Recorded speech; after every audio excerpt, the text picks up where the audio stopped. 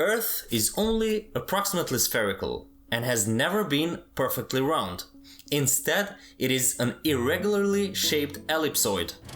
Our home planet bulges around the equator by an extra 0.3% as a result of the force caused when Earth rotates.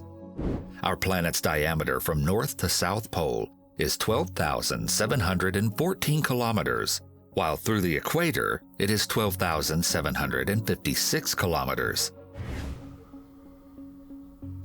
Gravity is not the same everywhere on Earth, and that's because the planet is not a perfect sphere and it's all bumpy. The planet's surface is bumpy, and water flow, ice drift, and the movement of the tectonic plates beneath Earth's crust all change the gravitational pull. Gravity also varies because the planet is not a perfect sphere. The pull of the gravity is weaker at the equator, further from Earth's center, and stronger at higher altitudes. People at the summit of Mount Everest would weigh less. As the moon moves farther from our planet, the Earth begins to spin more slowly. This increases the length of a single day. About 4.5 billion years ago, the moon was significantly closer to Earth, which made the planet spin faster. During that time, a day on Earth was about 6 hours long. By 620 million years ago, this had increased to 21.9 hours. Due to tidal forces, the moon slowly spirals away from Earth at a rate of about 1.5 inches per year, causing our planet to rotate more slowly. After all, the moon is not our only companion.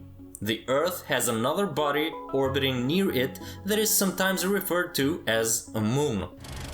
3753 Crunia is an asteroid that actually orbits the Sun. Since it takes the same amount of time to orbit the Sun as Earth, it looks as if Crunia is following our planet. Its orbit, when seen from the perspective of Earth, appears bean-shaped.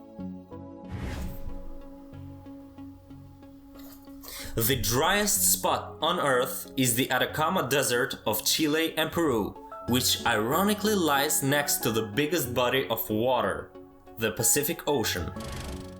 The average annual rainfall in Arica, Chile is just 0.8 millimeters.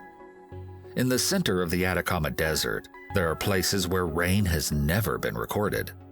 Unlike most deserts, the Atacama is relatively cold and, in its most arid parts, does not even host cyanobacteria.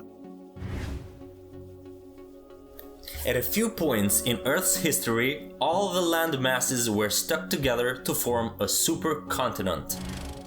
Some 800 million years ago, the great tectonic plates came together, assembling the continents into a large supercontinent called Rodinia. 800 million to 600 million years ago, it began to break apart into many pieces. About 250 million years ago, the continents came together once again to form another supercontinent called PANGEA, surrounded by a single worldwide ocean.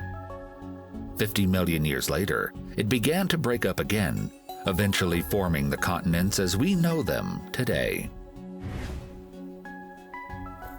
Every day, Earth is sprinkled with cosmic dust released by asteroids and comets.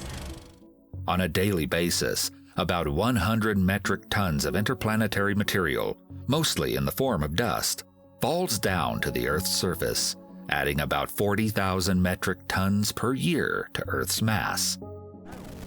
Even though this may seem like a very large amount, it is in fact minuscule compared to our planet's mass, about 6,000 billion metric tons.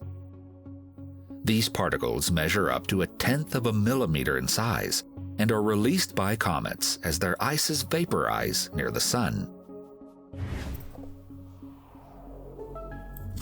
Right now, as you are watching this video, you are perceiving yourself as stationary, but you are moving faster than you think you are.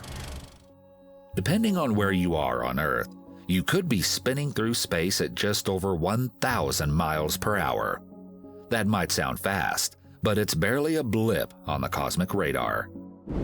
Earth moves around the Sun at around 19 miles a second, and because even the Sun itself isn't stationary, the whole solar system moves around the galactic core at about 140 miles a second.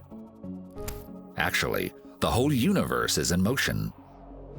With the Earth spinning and revolving around the Sun moving around the galaxy, the Milky Way headed towards Andromeda, and the local group being attracted to the overdense regions and repulsed by the underdense ones, we find that the total motion comes out to about 230 miles per second. This is confirmed by measurements of the cosmic microwave background. As the climate changes, temperatures are constantly rising and freshwater decreasing. While 70% of the Earth's surface is water, 97.5% of it is unfit for human consumption. The rise of both populations and temperatures means that the fresh water we do have is under severe pressure. Climate change is rapidly warming lakes around the world, threatening freshwater supplies and ecosystems.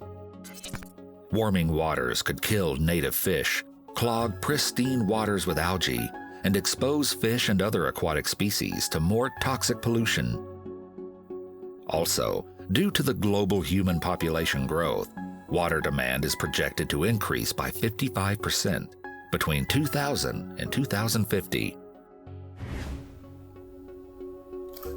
Yep, glaciers are melting faster than you think, and human activities are at the root of this phenomenon. Glacial melting has accelerated over the last 3 decades. The loss of ice already reaches 335 billion tons per year, which is 30% of the current rate of ocean growth. This means the consequences are going to be catastrophic. The melting of glaciers is contributing to sea level rise, increasingly extreme weather events, the disappearance of species, and less fresh water. Some of the solutions to save glaciers are slowing down their erosion, combining artificial icebergs, and increasing their thickness.